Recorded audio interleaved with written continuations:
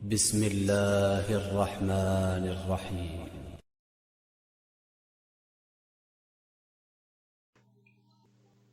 إنما أمره إذا أراد شيئا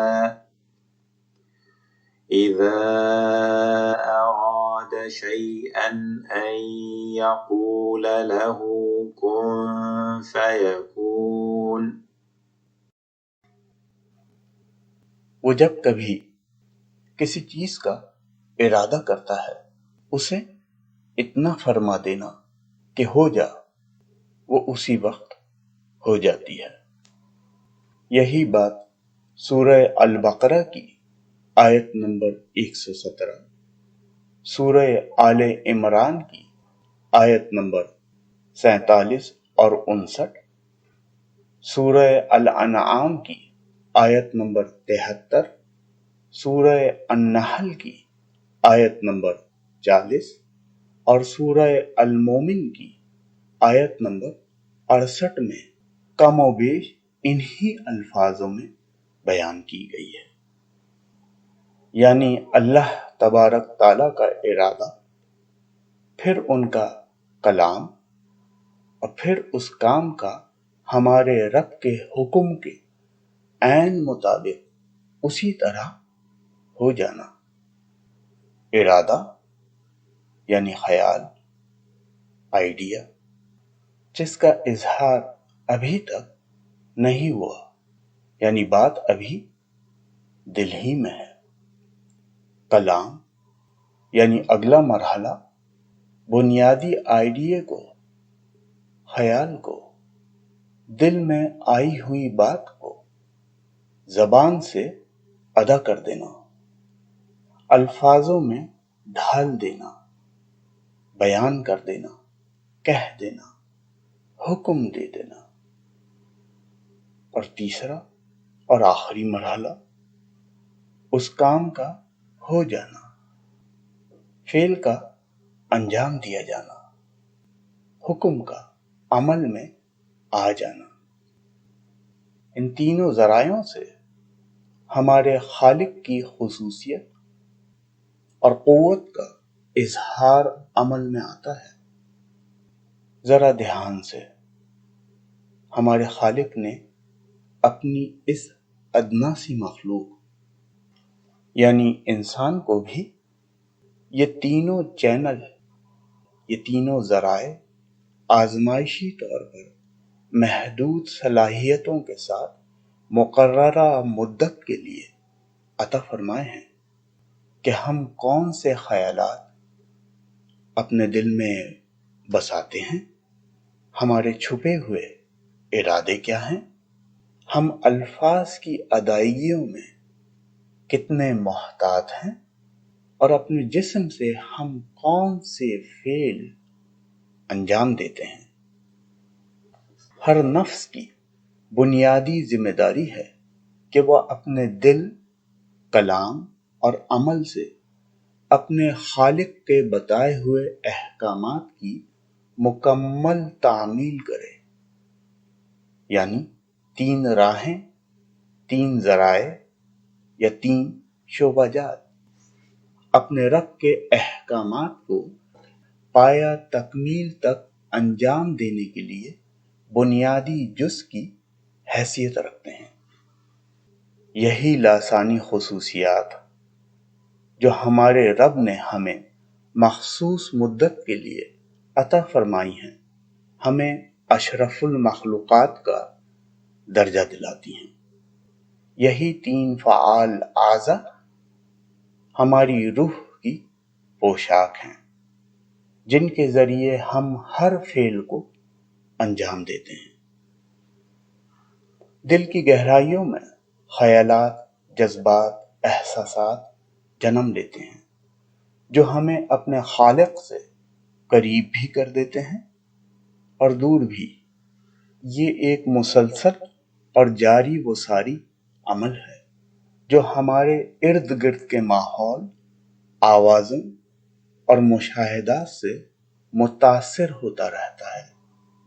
یہیں سیکھنے، جانچنے، رکھنے کا عمل بھی ہوتا ہے، اور اسی کے مطابق پیار، جذبہ، رحم، عزم، ارادہ، رجوع، ڈر، خوف، امید، طلب، خواہش کا روپ بھی ڈھال لیتے ہیں۔ اچھے نتائج کا دار و مدار اس بات پر ہے کہ آپ اپنے خالق سے کس درجے کا رجوع، ڈر اور خوف رکھتے ہیں۔ ہمارا حساب بھی یہیں سے شروع ہونا ہے۔ ہر اچھا خیال آپ کو اپنے خالق سے قریب کر دیتا ہے، ملا دیتا ہے، اور ہر برا خیال آپ کو اپنے رب سے دور کر دیتا ہے، باطل بنا دیتا ہے، ظالم بنا دیتا ہے، اور سرکش مخلوق کی طرف دھکیل دیتا ہے۔ اپنے خالق کا ڈر اور خوف ہی آپ کو باطل خیالات سے روک سکتا ہے۔ گناہوں سے بچنے کی صحیح راہ یہی ہے کہ آپ اپنے دل میں اپنے رب کا خوف پیدا کریں۔ اسی خوف کو ہم تعظیم بھی کہیں گے، جبکہ پیار، جذبہ، عزم، ارادہ اپنے خالق کی راہ میں آپ کو نیک اعمال کرنے کا پابند بنا دیتا ہے۔ اس میں آپ کی اپنی خوشی بھی ہوتی ہے، اور آپ مسرت کے جذبے سے مسرور بھی ہوتے ہیں۔ ذہنی سکون، تسلی، تشفی، خوشی و مسرت حاصل کرنے کے لیے لازم ہے کہ آپ اپنے خالق کے بنائے ہوئے احکامات کی تعمیل اپنے پورے جذبے اور لگاؤ سے کریں، اور اپنے خالق کی رضا میں ہی اپنی رضا شامل کر لیں۔ یہی تابعداری، فرما برداری آپ کو اپنے خالق سے ملا دے گی۔ خوف آپ کو گناہ کی راہ سے روکے رکھے گا، جبکہ پیار آپ کو نیک اعمال کی طرف راغب کر دے گا۔ اور اگر آپ ان دونوں باتوں کی طرف دھیان نہیں دیں گے تو کوئی بعید نہیں کہ آپ سرکش ہی بنے رہیں گے، اور اگر آپ ان دونوں باتوں کی طرف پورا دھیان رکھیں گے تو یقیناً آپ ہر لمحے چوکس اور چاق و چوبند رہیں گے، کیونکہ آپ کے رب کا ڈر آپ کے دلوں میں ہوگا، تو آپ فکر مند رہیں گے کہ کہیں آپ کی لاپرواہی آپ کو سرکش نہ بنا دے۔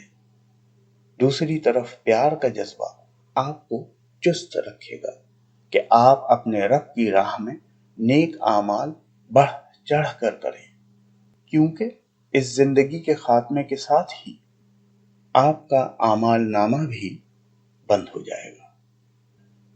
اپنے رب کی راہ میں متحرک رہنے کے لیے ان دونوں جذبات کو اپنے اندر پروان چڑھائیے۔ یہی جذبات آپ کو اپنے خالق سے قریب رکھیں گے۔ اپنی سوچ کی جانچ کیجیے، اپنے اندر طویل مدت تبدیلیاں پیدا کیجیے، اور اپنے آج کی فکر ابھی سے اپنائیے۔ قانون فطرت ہے، انسانی دل مادہ پرستی کی طرف ہی مائل رہتا ہے، اسی لیے دنیا کی چاہت سے دل ہٹا کر رب کی طرف اپنی نفسانی خواہش کو ترک کیے رہنا ایک انتہائی مشکل فعل ہے، جو بغیر اپنے خالق سے بھرپور محبت اور عقیدت کے ممکن ہی نہیں۔ اپنے خالق کی طرف آپ کا دلی لگاؤ ہی اس ناممکن کو ممکن بنا سکتا ہے، اور دوسری طرف اپنے رب کا ڈر خوف ہر لمحے رکھنا بھی ایسا آسان نہیں، اور نہ ہی یہ کوئی چھوٹی معمولی بات ہے۔ اسی لیے ہر تبدیلی طویل مدتی اور بتدریج ہی عمل میں آتی ہے۔ ابتدا میں آپ کو چھوٹے چھوٹے قدم ہی اٹھانے ہوں گے، ترتیب اور نظم و ضبط کو قائم کرنا ہوگا، اصول اپنانے ہوں گے، جامع منصوبہ بندی کرنی ہوگی، اور یہ سب جب ہی ممکن ہے کہ جب آپ خود سے جان لیں کہ آخر آپ کے دل کی لگن ہے کیا، جبکہ طویل مدتی تبدیلی کے لیے آپ کو غور و فکر کو اپنانا ہوگا۔ غور و فکر سے ہی آپ اپنے رب کی بڑائی اور رحم و کرم کو جان سکیں گے۔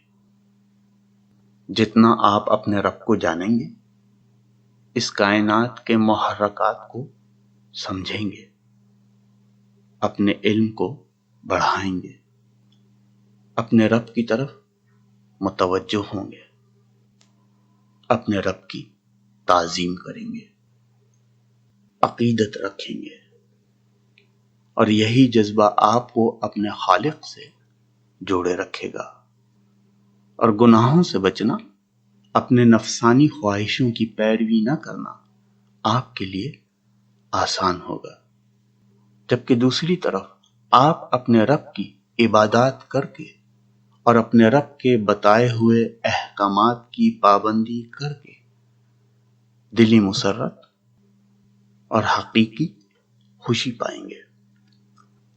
اجتماعی طور پر یہ ماحول، یہ سما پیدا کرنے کے لیے ضروری ہے کہ روزمرہ کی زندگی میں ادب و آداب، اخلاق، شیریں گفتاری، خندہ پیشانی، اصول و قواعد، نظم و ضبط، حوصلہ افزا گفتگو، دعائی کلمات اور آپس کی رواداری کو اپنائے رکھا جائے، اور ہر قسم کی بدتمیزی، بد تہذیبی، بد کلامی، اول فول، شور و غوغا کو حرام، بے ضابطگی، بے اصولی اور ظلم و ناانصافی کی مکمل نفی کی جائے۔ اسی کو تربیت پذیری کہتے ہیں۔ یہ دنیا ایک تربیت گاہ ہے۔ سبحان اللہ و بحمدہ، سبحان اللہ العظیم۔